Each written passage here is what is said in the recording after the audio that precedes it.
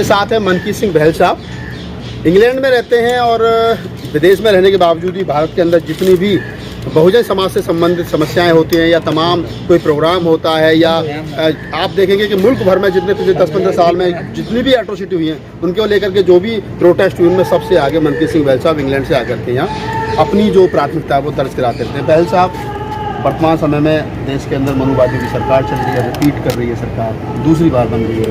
UP में जो हाल है, बहुजन राजनीति हाशिए पर है, सामाजिक संगठन जो है जितनी ताकत से काम करना पड़ता नहीं कर पाए। आप विदेश से बार बार आते हो, क्या उम्मीद लग रही है?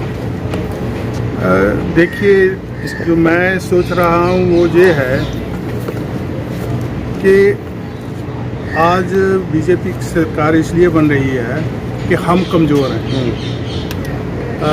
हम डिवाइडेड हैं और हम सिर्फ डिवाइडेड ही नंबर में ही नहीं है, जो हमारे रिसोर्सेज हैं, जैसे हमारी गिनती है वो बढ़ रही है, हमारे पास जो फाइनेंस है पहले तो आता ही नहीं, जो थोड़ा आया है वो भी बढ़ रहा है, फिर जो हमारे पास इंटलेक्ट है, थोड़ी सी एजुकेशन आई वो भी बढ़ रहा है, और जो फिर हमारे पास एक यूनाइटेड प्रदर्शन करने का राइट है वो भी डिवाइड हो रहा है। तो इस डिवाइडेड हाउस में अब आप कैसे अपनी ताकत दिखाओगे? और सबसे बड़ा अफसोस जो मुझे इस बात का होता है कि जिन लोगों को हमारे साथ खड़े होना चाहिए, जिन लोगों को हमारे कंधे से कंधा मिलाकर उनका विरोध करना चाहिए, वो उनकी खेमे में खड़े हैं। तो ये सबसे बड़ी समस्या। क्या समस्या? मतलब उनके लिए डर है, सीबीआई का डर है, ईडी का डर है, या ज़्यादा पैसा नापसा कमा रखा है, या मूवमेंट की असली प्रॉपर समझ नहीं? देखिए, जो भी समाज में अपना राज इस्टेब्लिश करता है वो अपने ढंग अपने रंग इस्टेब्लिश करता है। आपने देखा होगा कि भाई अमेरिका में लोगों को जगह जगह से खरीद के गुलाम बना के लेके गए वहाँ, और उनके ऊपर जो अत्याचार हुआ उसको इस्टेब्लिश करने के लिए क्या क्या यातनाएं दी गई। तो ये जो हमें यातनाएं मिल रही हैं ये उसी का हिस्सा है। जो लोग हमें अपना गुलाम बनाकर रखना चाहते हैं, जो गुलामी हमारे पर थोप के उसको इस्टेब्लिश करना चाहते हैं, अपनी सुपरमेसी रखना चाहते हैं, ये लड़ाई जो है ना, ये कोई किसी के पार्टी की या किसी के समाज की या किसी की जाति की नहीं है। ये लड़ाई सारी हमारे संसाधनों के ऊपर कब्जे की। वो सारे का सारा जो हमारे संसाधन है उन पे कब्जा अपना रखना चाहते हैं। हम चाहते हैं कि उस संसाधन से, क्योंकि वो हमारे भी हैं, हम भी इस देश के रहने वाले हैं, तो उस देश में जो हमारा हिस्सा है उसके हिस्से के हिसाब से हमारा संसाधनों में भी हिस्सा होना चाहिए, ज़मीन में भी हिस्सा होना चाहिए, जॉब्स में भी, शिक्षा में भी, जहाँ जहाँ भी। सर, आज़ादी के बाद में जो अधिकार हमको संवैधानिक रूप से मिले, चाहे वो शिक्षा के रूप में मिले, चाहे आरक्षण के रूप में मिले, उनको सरकार दिन प्रतिदिन खत्म कर रही है। और सब कुछ हमारी, जैसे आपने स्टार्टिंग में कहा कि हमारी अपने समाज के लोग हैं जो सरकार की गोद में जो है वो लेटे हुए हैं और गहरी नींद में सो रहे हैं। आखिर इस लड़ाई को लड़ेगा कौन? देखिए, अब मैं ये तो प्रेडिक्ट कर नहीं सकता कि कौन लड़ेगा और कैसे लड़ेगा, लेकिन ये मैं ज़रूर कह सकता हूँ कि जितनी चेतना पिछले 8-10 साल में समाज के अंदर आई है, इतनी चेतना मैंने कभी पहले नहीं देखी। उसका कारण ये है, जो मैं समझता हूँ, मैं गलत भी हो सकता हूँ, कि हम लोग किसी मूवमेंट से निकल के नहीं आए। जैसे आप ब्लैक्स लोग की मूवमेंट देखो तो उनका 70-80 साल का एक संघर्ष है, लड़ते आ रहे हैं, मरते आ रहे हैं, कटते आ रहे हैं, और फिर उसको आगे बढ़ाते आ रहे हैं, तो जाकर उनको अधिकार नसीब होते हैं। और ऐसे ही आप नेल्सन मंडेला को देखो, 26 साल वो जेल में रहा, कितना अत्याचार उसके लोगों के ऊपर हुआ, तो जाकर उसका एक स्टेटस बना और उसका ये एक अथॉरिटी बनी कि भाई मैं आपसे बात करके। और ये भी मैं बता दूं कि नेल्सन मंडेला ने बाबा साहब का जीवन पढ़ा तो वो खून खराबे का रास्ता छोड़कर नेगोशिएशन के रास्ते पे आया और उनको कन्विंस कर पाया, जैसे बाबा साहब राउंड टेबल पे कन्विंस कर पाए कि हमें भी अधिकार मिलने चाहिए, ऐसे ही वो कर पाया और वो भी जीत गया। अब अफसोस हमें है कि हम किसी भी मूवमेंट से नहीं निकल के आए। हमने कोई संघर्ष नहीं किया।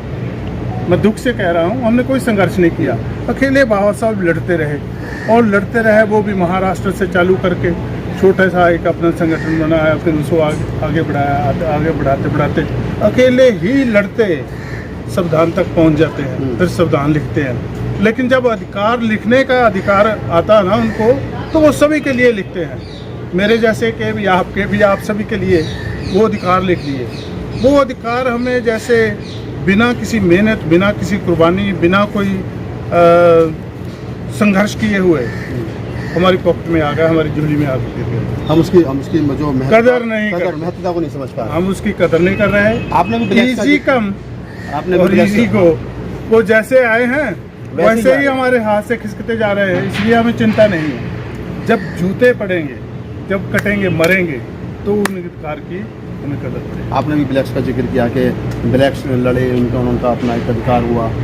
अमेरिका के अंदर एक ब्लैक्स की हत्या हो जाती है तो सारा देश शर्मसार होता है, वहाँ की जो वाइट पुलिस है वो माफ़ी मांगती है। यहाँ आप देखेंगे उत्तर प्रदेश के अंदर एक दलित लड़की का बलात्कार होता है, शासन प्रशासन खड़े होकर के कटर छिड़क करके आग लगवाता, रात के दिन में परिवार को मिलने नहीं दिया जाता। तो हम लोग क्या बात तो ब्लैक और वाइट की कर रहे हैं और इंडिया की तुलना भी कर रहे हैं, तो हमको नहीं लग रहा कि हम तो सैकड़ों साल, हज़ारों साल पीछे उनकी सोच से यहाँ तो खड़े होकर के साथ में प्रशासन। अब देखिए, बाबा साहब एक बात कहा करते थे कि भाई गुलाम को उसकी गुलामी का एहसास करा तो उसके अंदर से विद्रोह पैदा हो, वो विद्रोह खुद करेगा, आपके कहने से नहीं करेगा।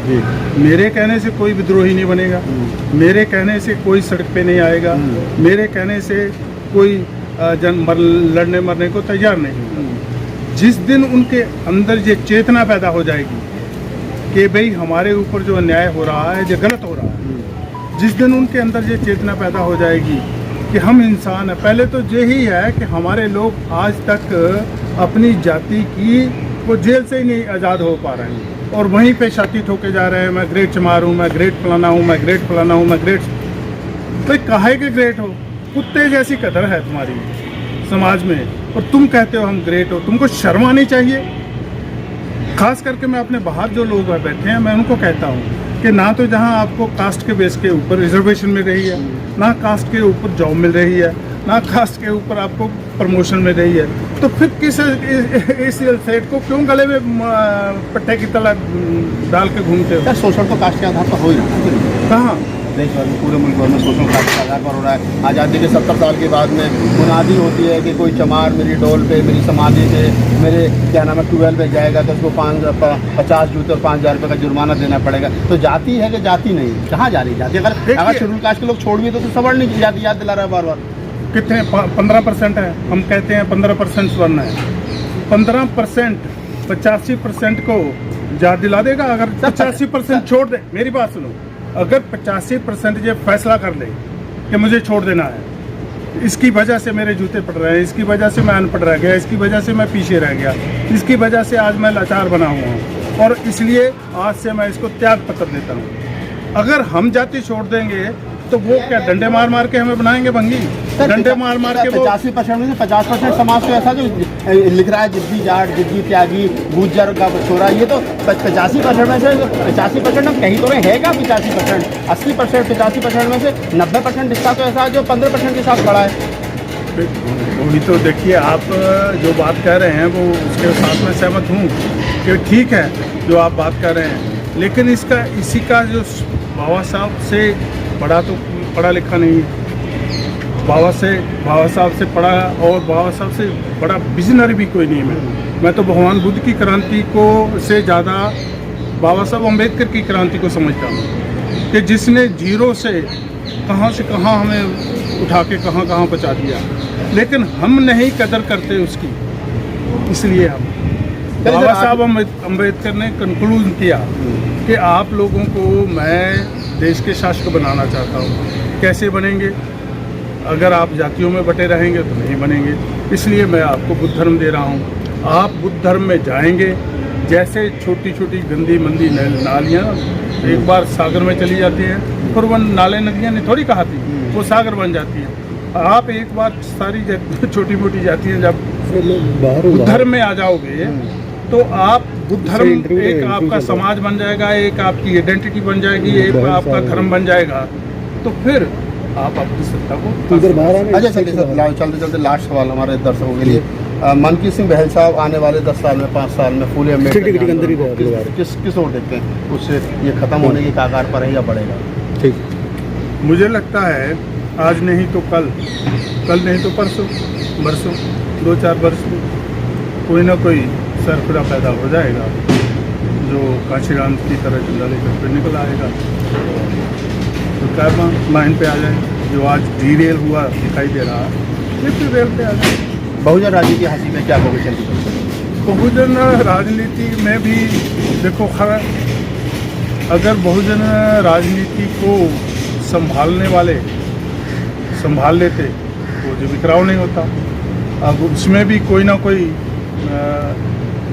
ऐसा चोट खाकर या ऐसा ठोकर खाकर खड़ा होगा और कहेगा कि मैं हट जाओ पीछे सारे, मैं चला हूँ, आ जाओ मेरे साथ, होगा, चलेंगे लोग। चलिए, तो आप थे मनकीत सिंह बहल साहब, इंग्लैंड से हर प्रोग्राम में भारत पहुंचते हैं और आज भी यहाँ पर श्रवण संस्कृति का एक प्रोग्राम था और वहाँ पर आए हैं साहब, तो हमने सोचा कि थोड़ी सी बातचीत की जाए ताकि भारत में जो लोग रहते हैं पूरे अम्बेडकर आंदोलन के, उनको पता चल सके कि आप ही के बीच के लोग जो विदेशों में रहते हैं वो आपके बारे में क्या सोचते। तो मनकीत सिंह बहल साहब से हमने इस उद्देश्य से बात की। अगर आपको हमारा वीडियो अच्छा लगे तो लाइक कीजिए, शेयर कीजिए, कमेंट कीजिए और हमारे चैनल को सब्सक्राइब कीजिए। मैं राहुल नागपाल, कैमरामैन CL के साथ।